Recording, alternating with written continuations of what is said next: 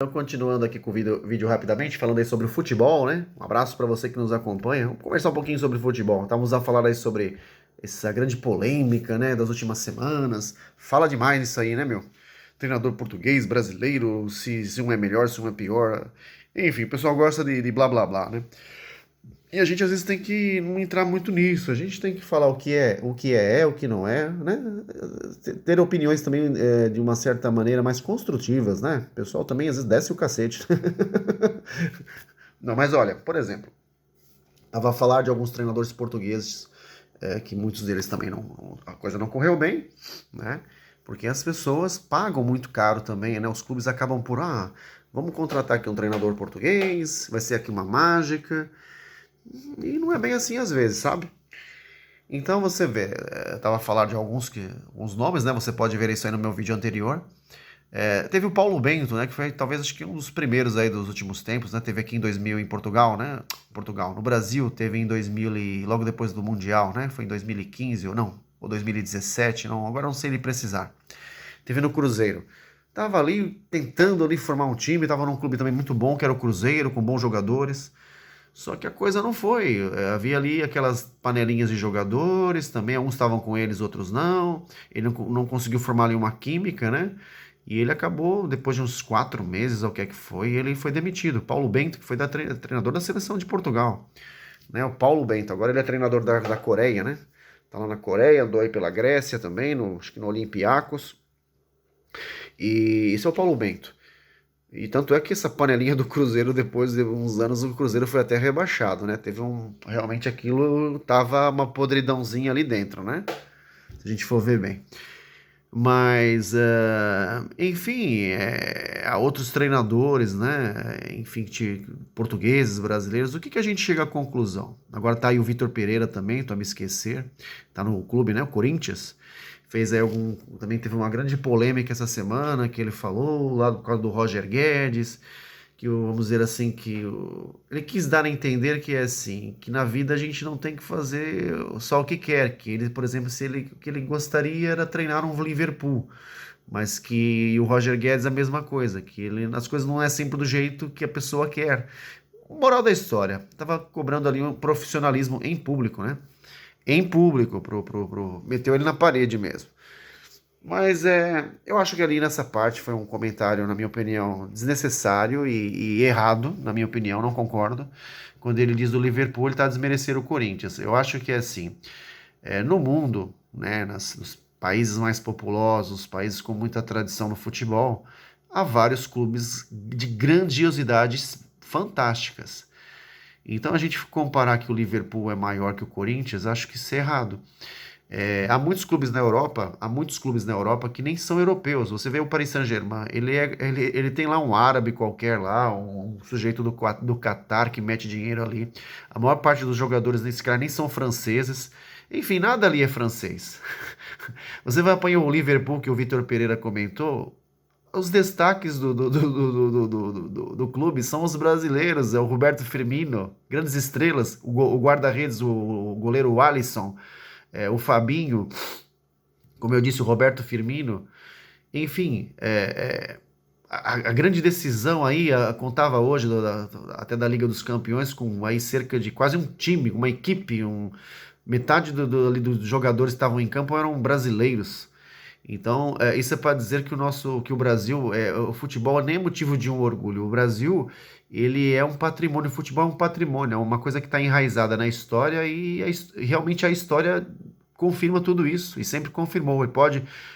Os outros também aprenderam a jogar bola, desenvolveram aqui e ali. O futebol mudou na minha opinião, para pior, porque os jogos perderam muito a qualidade, muito voltado à tática e preparação física, mas a qualidade, né, o amor é um patrimônio, né? Tem a ver, o Brasil e futebol é uma coisa totalmente ligada ali fortemente, parece que é uma coisa de seio da mãe, né? É uma coisa ali do mãe e filho.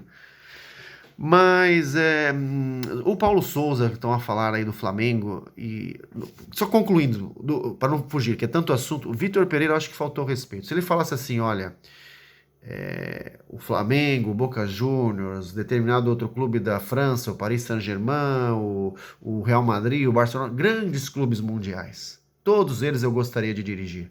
Agora, o que faz realmente a diferença do Corinthians? Para mim, o Corinthians, esse cara é até muito maior que o Liverpool.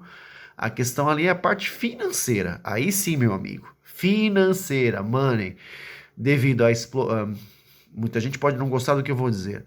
Muitos países, isso é facto, e que foram exploraram a África, exploraram a América do Sul, exploraram. E não fui eu, nem foi você, nem foi o vizinho que explorou. Foram as pessoas de antigamente que exploraram e fizeram esses países serem ricos. Porque são países que nem têm muitas riquezas naturais.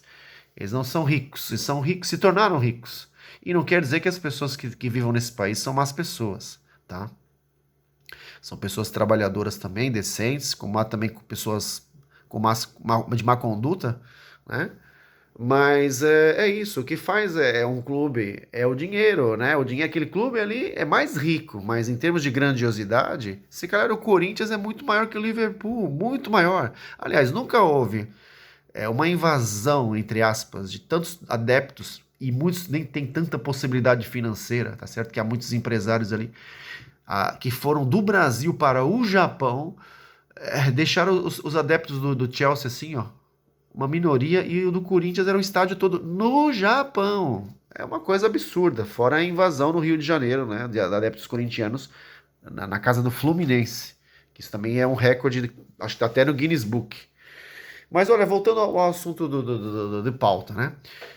Paulo Souza é um treinador, sei lá, ele dirigiu os melhores clubes que ele dirigiu, assim, vamos dizer, os clubes assim com mais força. Foi no Campeonato Italiano a Fiorentina, que era um clube intermediário.